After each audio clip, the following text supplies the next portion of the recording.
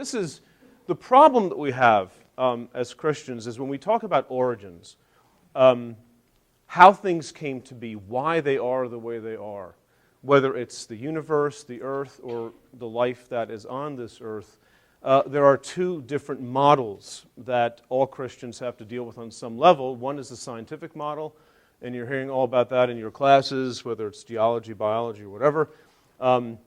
And there, of course, as you all know, the scientific model tells us that what is came about through a process that's typically called evolution. There's an evolutionary process that takes billions of years. The biblical model, the biblical way of talking about origins, of course, as you all know, is very, very different. Here you have everything that is was created rather quickly, in the span of about 6 days, as I recall, from Genesis chapter 1. Fairly recently in history, between 6,000 and 10,000 years ago, depending on who you ask. And what's created is pretty much as you see it. There's no development. Dogs have always been dogs, people have always been people, horses have always been horses. There's no evolutionary development. So you've got these two competing models, and the Genesis model, as you can see, is actually two stories. There's Genesis 1 and Genesis 2. Genesis 1 has its own set of problems, the 6 days of creation, the seventh day of rest. Genesis 2, which is in red, because that's the important one, that's where you begin hearing about the story of Adam. And Adam is very important for Christians, obviously, in how we try to put some of these pieces together. Because Adam doesn't just make his appearance in the Old Testament, he makes his appearance in the New Testament as well. In Paul's letters, specifically in two places, in Romans chapter 5, verses 12 to 21, which we'll look at a little bit, flying over at 30,000 feet, remember. And the other place is a few verses in 1 Corinthians chapter 15, around verses 21 and 22, and then starting around verse 44, if I recall. That is the source of tension right here, okay? It's not so much that Genesis talks about an Adam, it's the fact that Paul talks about an Adam. That's the heart of the tension for Christians. If Adam just stayed in the Old Testament where he belonged, we wouldn't have this problem. But Paul draws him out, and he uses him for a specific purpose. And for Paul, Adam is the first human being. And you can see that the tension between how Paul thinks of Adam and what we learn from science. That's the heart of the tension. Okay? Now, let's look here for a second. I'm going to focus for a couple of slides on Genesis chapter 2, the Adam story in Genesis specifically, because I think looking at this story from a different angle actually helps ease the tensions a bit between evolution and the biblical story of Adam. And it's this way. The question is whether Adam in Genesis is presented as the first man or whether he's presented as something else. Specifically, whether he's presented as Israel in quotation marks. This is not a new idea. This has been around for quite a long time. I've never bothered tracing it specifically, but it's probably pre-Christian. Okay? And there are reasons for sort of thinking of Adam not as the first person, but actually as sort of an Israel metaphor or something like that.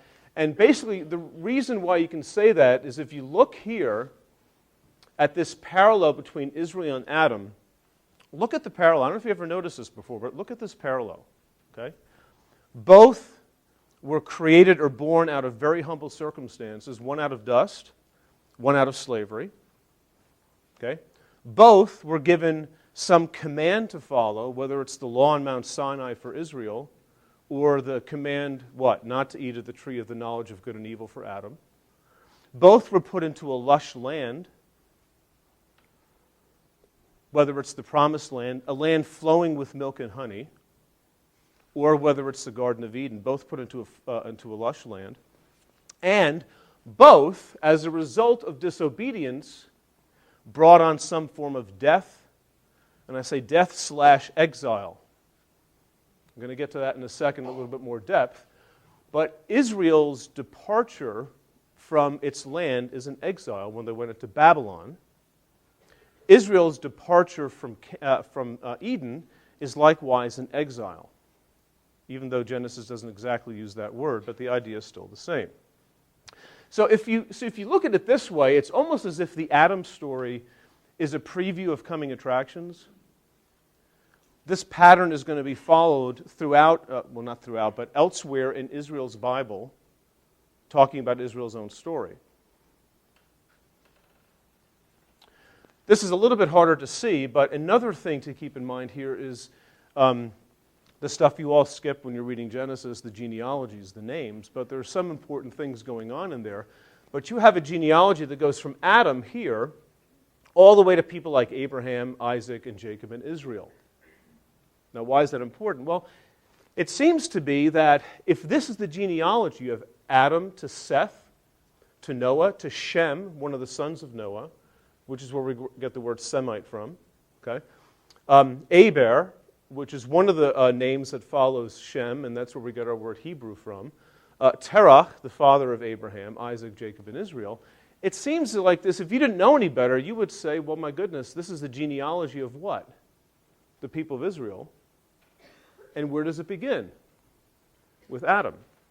So those things get you, as you're reading the story of Adam in Genesis, those things sort of get you thinking that maybe there's something Israel-like going on here.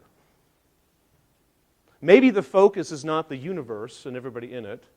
Maybe the focus is not even all human life. Maybe the focus is something else. Maybe it's elsewhere. Okay? If you think of Adam as sort of an Israel kind of figure, it helps take care of two sort of nagging details that you find in the story that a lot of people, particularly Christians, tend to throw their hands up and say, I don't know what to do with this. But if you compare 2:17 with 3:22 and 24, you have a tension in Genesis. And here's the tension. 2:17 says what? On the day you eat of it, you shall surely die. Adam and Eve eat of it, and what happens? Do they die? They don't die, but they do. These two things do happen in chapter 3, verses 22 to 24. They're barred from the tree of life. Now, this is very important, and it'll come back in a few minutes. This is very important, I think. They're barred from the tree of life, which means their access to immortality is removed. They've always had access to this tree of life before, and now that they've eaten of the tree of the knowledge of good and evil, which is a no-no, God says, listen, we need to keep them away from this tree, otherwise they're just going to live forever. Now, Adam died at the age of 930, a long time later. Mortality was introduced when they were barred from the tree of life. It was introduced. And so in a sense, physical death did occur that day. They didn't die that day, but what was introduced? Not death specifically, but mortality was introduced at that moment.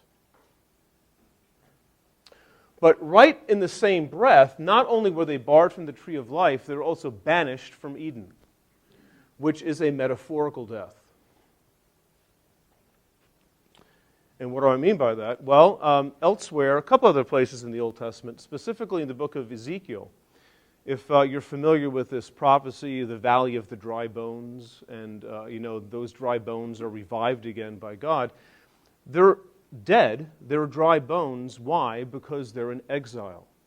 See, leaving the land means death in the Old Testament. Being brought back into the land means life. So, if we think in terms of Adam being sort of an Israel figure, this is actually particularly very helpful here. He's banished from the Garden of Eden, which symbolizes Israel's later banishment from Canaan. For both of them, it's a metaphorical death. That's one detail. Another detail is Cain in chapter 4, and This is the stuff that, if you've ever taught Sunday school to kids, or some of you have young children, some 8-year-old asks you, where did Cain get his wife from? Okay, that's typically a source of embarrassment for Sunday school teachers or whatever. But you see, Cain kills Abel, and God is going to banish him to some far-off place. And Cain says, don't do that. Everybody who sees me is going to want to kill me. Who's the everybody? Right? He's afraid of retaliation in verse 14. He's afraid of a posse coming after him. And then he gets down to the land of Nod. He finds a wife who's not his sister, which is an explanation that's commonly given. That's gross. It's also against Levitical law. And also he builds a city. The presumption, in my opinion, the presumption of Genesis, of the Adam story, is that there are other people out there someplace. The thing about the Adam story is God's not interested in them. He's interested in these people. He's interested in Adam. Why? Because Adam that's the beginnings of Israel. That's the beginning of God's people.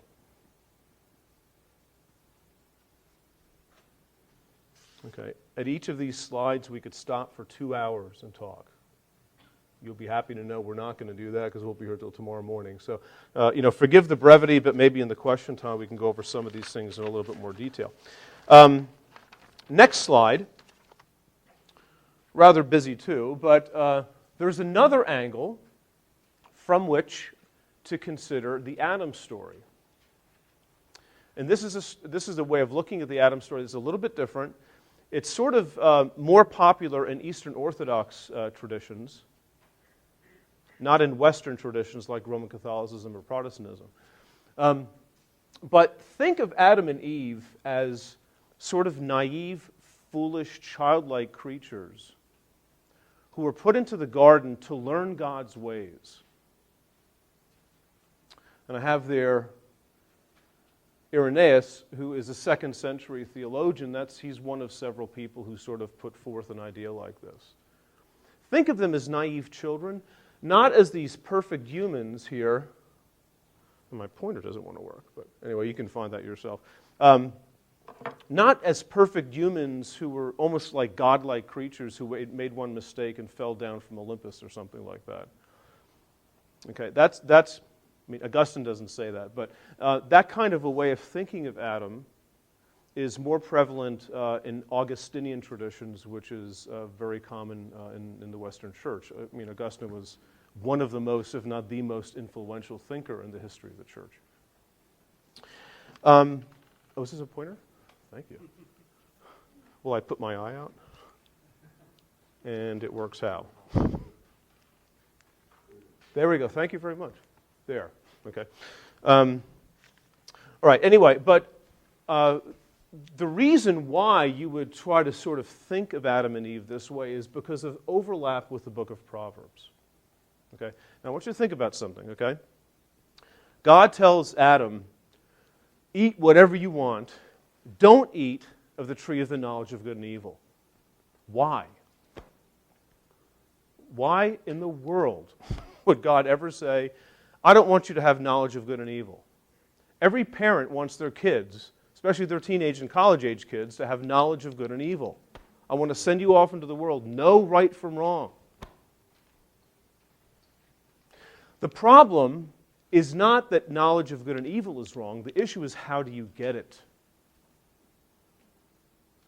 And the language of Proverbs says what?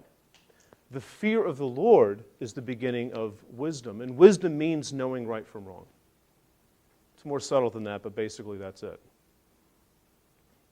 So when God commands Adam, listen to me, don't do this, it's telling Adam, fear me. Listen to what I'm telling you to do. The issue is not that knowledge of good and evil is wrong, it's how you get it. That's why in the book of Proverbs, wisdom is referred to as a tree of life. So if you get wisdom the right way, God's way, it's a tree of life to you. It doesn't mean death, it means life. The serpent here, let's talk about him for a second. The serpent is cunning. He's crafty. The problem with Eve is that she's not cunning and crafty enough to basically outwit him. She's taken in by his deception. She's naive. She's childlike. She's this dumb kid, and along comes a crafty serpent. Now, if you go to the book of Proverbs, chapter 1, I think it's verse 4, one of the purposes of wisdom is to give people craftiness. It's the same basic word that you see here in the garden story. Eve's problem is that she wasn't crafty. She had not yet gained wisdom. She was not able to withstand the wiles of the serpent. Okay? See, the garden story of Adam and Eve basically says, well, this is the choice that all Israel is always confronted with. Every day you have to choose, which path will I take? Another common metaphor in Proverbs.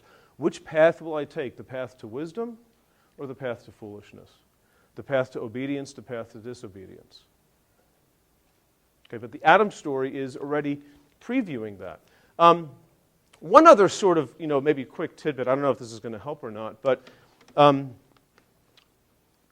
it never clicked in my mind until a year or so ago when I was thinking about some of this stuff more. Why, in the book of Proverbs, after you begin with the first few verses sort of telling you what wisdom is about, the first bad thing that happens in Proverbs is basically a mugging. I mean, of all the ways to begin the book of Proverbs, it's about lying in wait for someone and killing them and taking their money. Okay? It's a murder. What's the first bad thing that happens in Genesis? It's likewise, it's a murder. It's not respecting somebody else's boundaries. It's almost as if that's a quintessential picture of what it means to be unwise. Okay.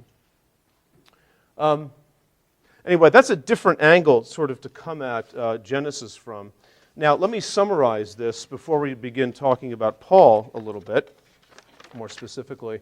The Adam story in Genesis is a flexible story. And, again, you could have whole courses on Genesis chapter 2 and 3 and what they mean. Different people have different opinions. The reason they do have different opinions is because Genesis has a lot of gaps in it, and it's hard to sometimes know exactly what to do with some of the information. Okay? However, bearing that in mind, that Genesis is a flexible story, it reads well as an Israel-centered story. An Israel-centered story on a universal stage. Now, this is a little bit simplistic, but if it helps, so be it. I think Genesis 1 sets the universal stage. The creation of the cosmos, the creation of all humanity. Genesis 2 begins to focus in on one subset of humanity, Israel. If an Israel-centered reading of Genesis 2 and following, if that's viable, you got to admit it really lessens the tensions with evolution, doesn't it? Because even in Genesis, we're no longer talking about the first human being who ever lived. That happened in Genesis 1, whenever. Now we're talking about one particular subgroup of people, the Israelites, how they got their beginning. Do you see that? It sort of lessens some of the tensions. The problem, however, written in red so as to emphasize the point, the problem is that for Paul, Adam is not terribly flexible. Okay, for Paul, Adam really does seem to be the first person. And if that's not the case, I'm all ears. But Paul seems to be making an argument in the book of Romans especially about everybody. And so Paul, for Adam, for Paul, is sort of the first person that everybody came from. Okay? You can see that here. It's a little small, but hopefully you can still make it out. This is a very important parallel that Paul draws in Romans chapter 5. Adam, the first man, disobeyed, and his disobedience brought sin and death to everybody. Christ, who he also calls like the second Adam, or the second man, or the new man, he obeyed, he didn't disobey, he obeyed, And as a result, he brings righteousness and life to all. Now, you may be very familiar with this, or you may not be familiar at all, I'm not sure. But for Paul, this analogy is a very important one theologically for Christians. And if all this Jesus stuff actually happened, Jesus' death and his resurrection and all that that means to us, if that actually happened, people argue, and understandably so, people argue, if the Jesus stuff happened in time-space reality, then the Adam stuff happened in time-space reality. Right? Do you see that? If Jesus is real, and he better be, well, it seems like, for Jesus to correct something, that something had to have happened. In other words, some people, they will go so far as to say, and I can understand this, I get this. If Adam wasn't the real first person, then the whole gospel falls apart. Hence the problem. Okay.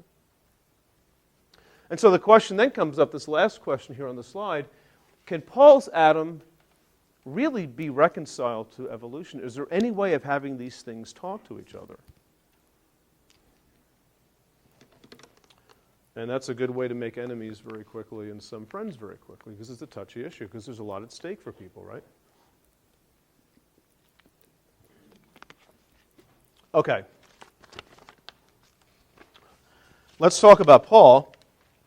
And here, remember, this is what we're doing here. Here are some things that we need to sort of keep in mind, some balls we need to keep juggling as we work through this very difficult issue. And I want to sort of give you some observations about a number of things that they need to be put on the table as we think through this very difficult, very complicated issue. Okay, this is not, we're not doing a Bible study here. This is conceptually difficult. Okay. Now, one thing to keep in mind is that the Old Testament Adam is not Paul's Adam. And what I mean is this. First of all, Adam is not even mentioned in the Old Testament after you get out of Genesis 5:3. Except in one place.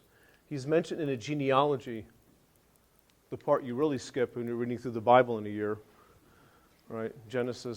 First Chronicles 1 to 9, those 9 chapters are names, which, by the way, is a genealogy, again, of Israel. It traces the people of Israel, and it begins with Adam. Okay? But apart from that, he's not mentioned. Which is an interesting piece of information. If he's that important, why doesn't he show up?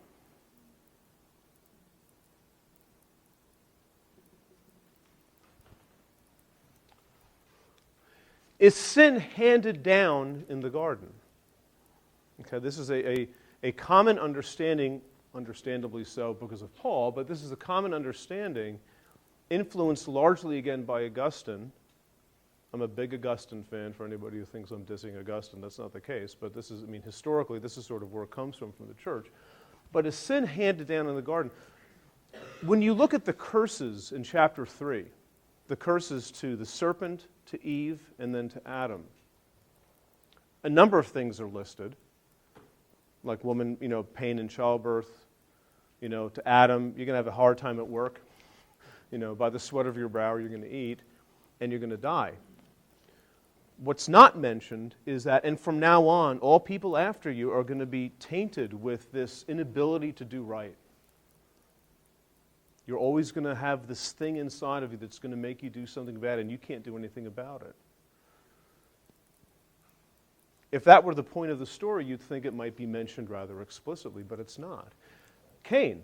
Okay? Cain kills his brother. We don't read, Cain, Adam, see what you did? It's because of you that he killed his brother.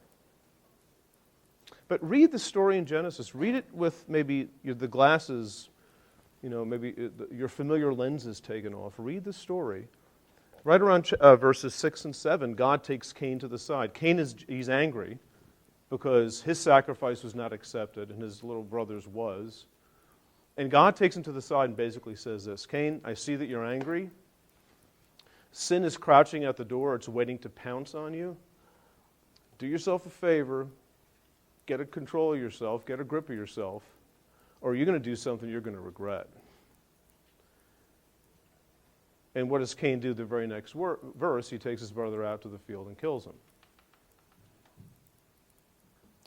Cain could have chosen differently, just like his father could have chosen differently, but they didn't. See, both characters, Adam and Cain, are doing what? They're following the foolish path. They're not following the wise path. And it's real. I mean, that's a serious business.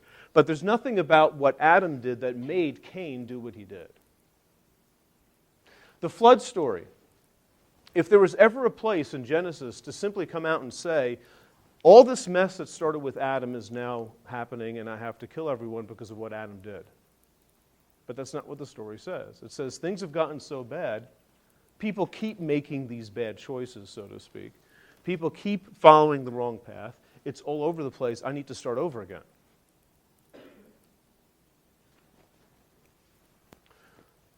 So, what Paul expects of Adam, we don't really see it in Genesis, in the Old Testament.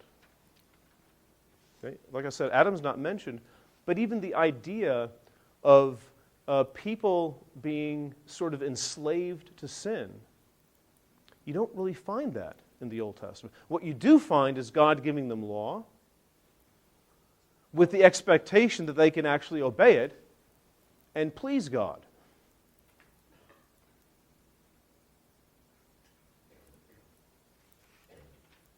Does Adam ever do in the Old Testament what Paul says he does?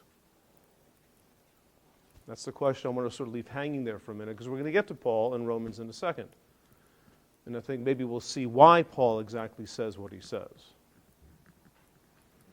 Because he's aiming at something deeper than just this story. Okay. We're doing pretty well on time here, I think. Okay, next slide here. Another thing to sort of keep in mind as we kick this issue around and try to sort of come to some type of resolution, Paul talks about Adam the way that he does, probably in part because he was an ancient man. And that we can think of that in two senses. One, Paul was an ancient man, and he thought about things the way ancient people did, for example, concerning the physical universe. Paul probably did not think in terms of things like outer space. Paul may very well have thought of the world as flat. That's not clear, I mean, because the Greeks had a notion of a round earth before Paul ever came along. But, he probably didn't think in terms of evolution, because nobody really did until just relatively recently in human history. Paul had notions about about the world, about the physical world that he lived in, that he shared with all people at that time. And one of those things is de novo creation, which, at least the way I'm using it, basically means that everything's created the way you pretty much see it now. Right? If you see horses, that means there was a point in time when they were the first two horses. You see people, there was a point in time when they were the first two people, et cetera, et cetera. Right? That's probably how Paul thought. And you know what? It's okay. Because Paul was a guy who lived a long time ago, and this is how they thought about things. And there's nothing wrong with simply saying Paul was an ancient man. That's how he thought. Paul also was an ancient man in terms of how he thought about his Bible. For one thing, Adam. Paul is not the first ancient Jew who thought about Adam and what the implications of the Adam story were for the people of Israel and in some cases for the people of the world. That's because the Adam story, again, is a very flexible story. It's open to a lot of interpretations. And, I mean, if you read some of these other ancient interpreters, for some, Adam's actually a good guy. He's almost a hero. It's actually possible to read the Genesis story that way, and some people do.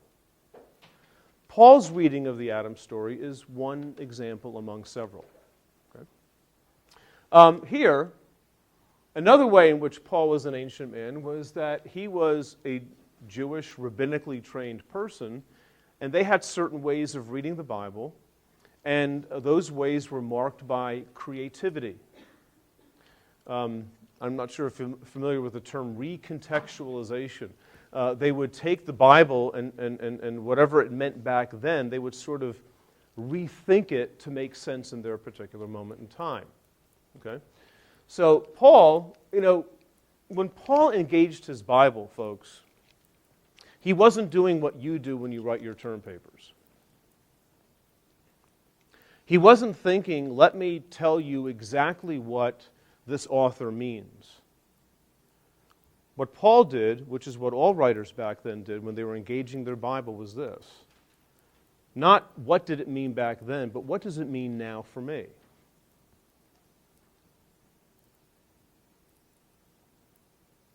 Almost like what pastors do.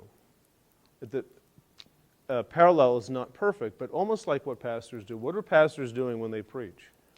They're telling you, this is what it means to you. And when pastors do that, here's what they have to do sometimes. Actually, not sometimes, pretty regularly. They skip some things in the story. Or they take some things and move it around a little bit. Or they give things a little bit of a different twist.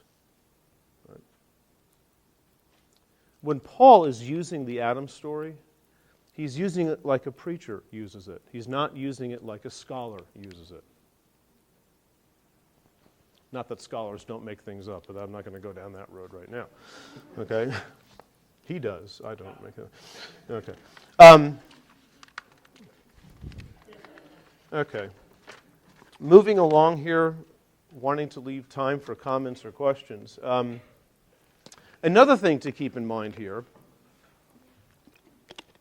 this is probably the most important concept, the most important slide I have up here for you, in terms of understanding why Paul does what he does with Adam.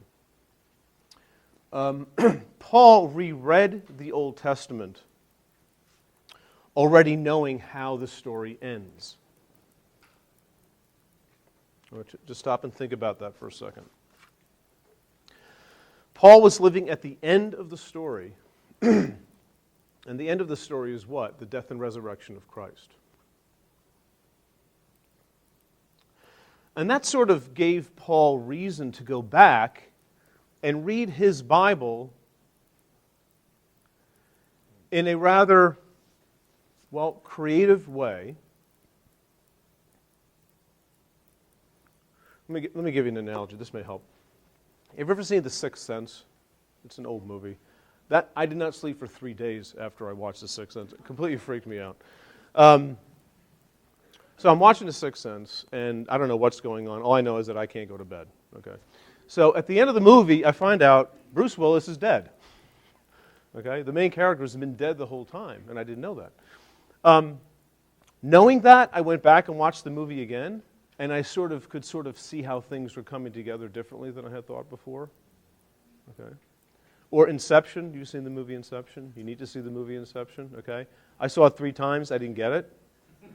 I still don't get it until I read Time magazine, and Michael Caine was being interviewed, and they asked him. He was the grandfather figure in the movie, and they asked Michael Caine, "Give us a hint," and he goes, "Okay, here's the hint. Any scene that I'm in is real." So now I can go back, when I want to watch it again for the 4th time, and I'll try to keep that in mind. It may help put some pieces together. When that top is spinning, I don't know if it's going to go down or not. Okay?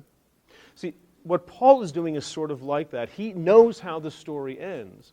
The story has a climax for Paul, the death and resurrection of Jesus. Now he goes back to the Old Testament, and he rereads it. He re-engages the Old Testament, knowing the end. And so he sort of teases things out of the Old Testament that no one would have teased out of it before because, like me, they don't know how Inception ends. They don't know how The Sixth Sense ends. Paul does. Okay? The Old Testament, the last point there, the Old Testament is shaped to serve a Christ-centered purpose. See, for Paul, I don't want to overstate, but it may help. For Paul, what an Old Testament author says is not the most important thing.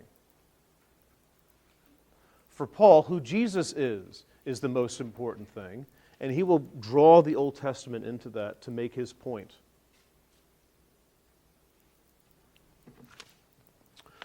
Okay, a couple more. Another one of these things, these balls we have to keep up in the air, and this is another one of these slides we could talk about for 100 years, because it's very complicated. There's a lot going on here. But what is the book of Romans about? See, Adam sort of pops up in chapter 5. What is the book of Romans about? Let me put it this way. It's probably not so much a book about how to get saved, which I know that may sound awfully strange to some of you, and I can understand why. It was strange to me when I first started thinking this way as well. It's not so much, the Romans road, and here's the verses you use to get people to become Christians or something. It's probably not what's happening. What's probably more central for Paul is how Jews and Gentiles can coexist as one people.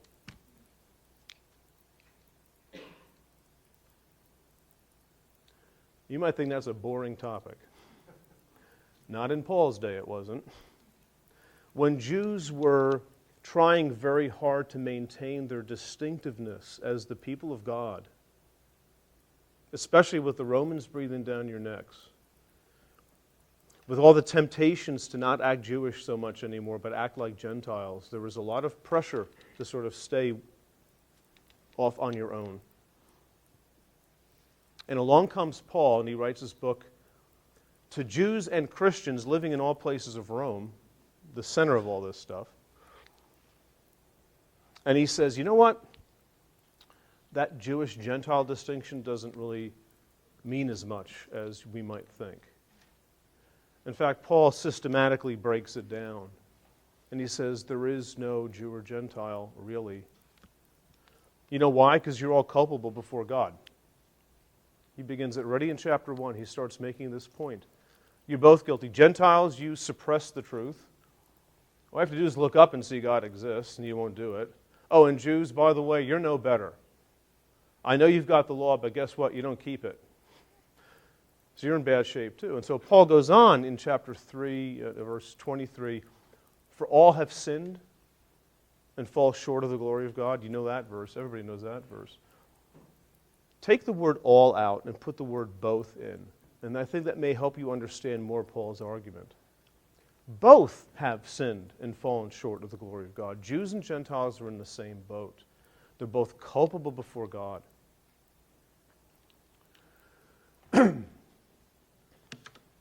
How does Paul know that? Why would Paul say something like that? Well, that's a good question. That's the thing that bothers New Testament scholars, gets them arguing, gets them talking. But here's my take. And it's not just my own. It's what a lot of other people would think as well. Here's basically what I think happened. Paul's minding his own business. The book of Acts talks about this. He's being a good Jew and he gets knocked off his horse. He meets the resurrected Christ. And Paul maybe reasons this way. And I'm inventing things here, but not so much. Paul is thinking, for God to have done that, for God to have raised the Son of God from the dead, if this is what God had to do, boy, the problem must have been a really, really big one. If God's solution is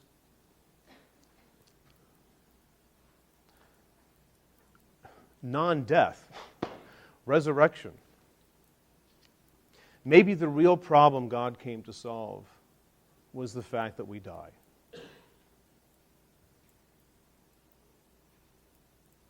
And you know what? You know who dies? Everybody dies. Let me put this another way. The resurrection of Christ showed Paul that there is a deep universal problem affecting all of humanity.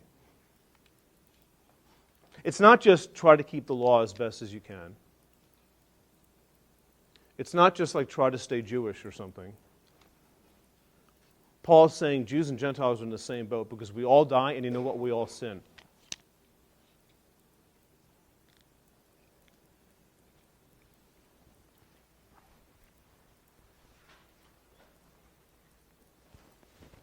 Paul's theology of Adam. See, he brings Adam into this discussion at this point. As a way, this is so frustrating. I want 2 hours, but I don't have it. Paul brings Adam into his discussion of the universal plight of humanity. Paul uses Adam in sort of a creative way to make the point that all of us have a problem. All of us sin and all of us die.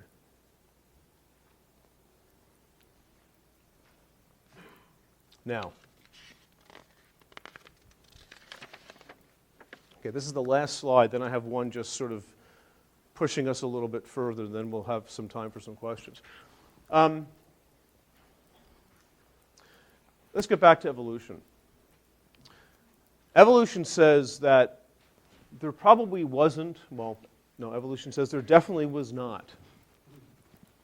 Two people created sort of out of nothing that were plopped down at the beginning that all other people came from. So how can we talk about sin and death without a historical Adam? In a way, that's almost the whole point of this discussion among Christians. How can you talk about the reality of sin and death if there's no Adam to cause it? Well, let me just sort of walk through this for a second, and this is sort of how I'm looking at it at this point, open to discussion certainly.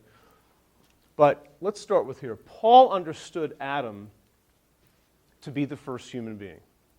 That seems very clear. Scientifically, which is not how Paul could have thought, because he lived 2,000 years ago, scientifically, that understanding is wrong. But theologically, I would say that Paul is right. What is he right about? He's right that Jesus defeated sin and death.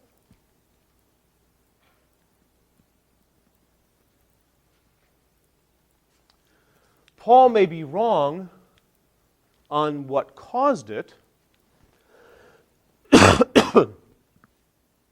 He may be wrong on the cause of the problem, but he's right about two things.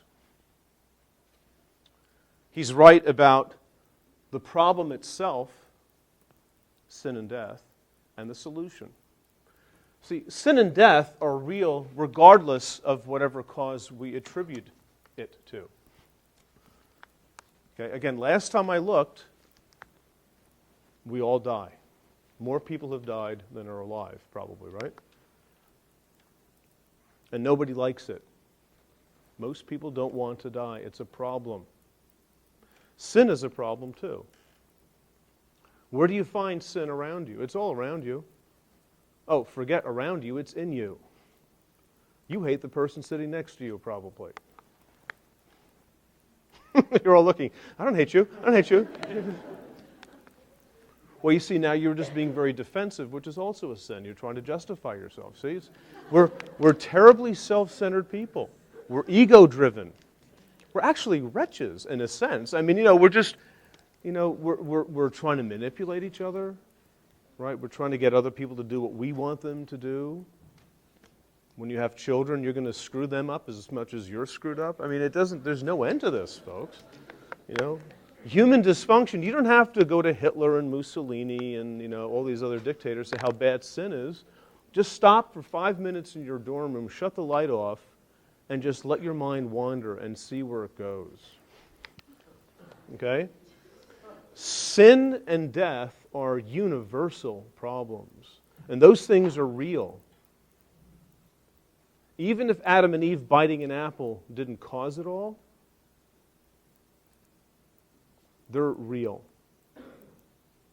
And when Paul talks about Adam, he's talking more about Jesus than anything. He's using Adam to get the Jesus stuff across to you and what he did.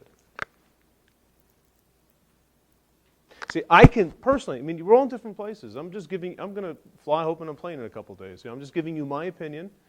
Who knows if it'll change in the years to come, and I'm still thinking about it. But all the Jesus stuff and all the sin and death stuff are still real. Personally, I don't need a historical Adam to make all that happen. And I understand why Paul says what he says about Adam, because he's an ancient man, he's an ancient Jew. And it's okay. Okay, last slide here, just sort of summing up conclusions and stuff. One, sort of coming at this from a very different angle, science and Scripture, I think, are different languages. And I think, in my opinion, trying to sort of reconcile how the Bible talks about Adam with evolution, trying to reconcile those two things, in my opinion, that's probably getting us off on a wrong start to begin with. Because they're different languages, they do different things. Okay. Second point is that all solutions to this problem, including mine, have gaps. I could talk for another hour about what some of those gaps are and what I've just presented to you, but I'm trying to move us forward in a sense, okay, to think creatively about some of these things. But all solutions have gaps because, for one thing, Genesis is actually not an easy book to understand. You know, when young Christians say, where should I start reading the Bible? I do not say Genesis chapter 1. That's one of the hardest. I said, go to Matthew. Don't even, no, Matthew's hard. They're all hard. Mark's short. Go to Mark. But there are gaps in Mark. What's Mark talking about half the time? But you know, Genesis is a difficult book to understand, especially in a scientific era where we have different models of origins. Okay. Third point. This is a very important point to me. It may not be to you. I don't know. But I think what's needed. Let's say this is an evangelical school, right? Progressive evangelical California school, right? So you've got sort of an evangelical theology over here, okay? And the mistake that's often made is that if you think of this thing as, this is evangelical theology, that evolution can sort of just come along and just latch onto it. And this part is essentially unaffected, right? Just sort of graft evolution onto it. Folks, I'm telling you, I don't think that's the case.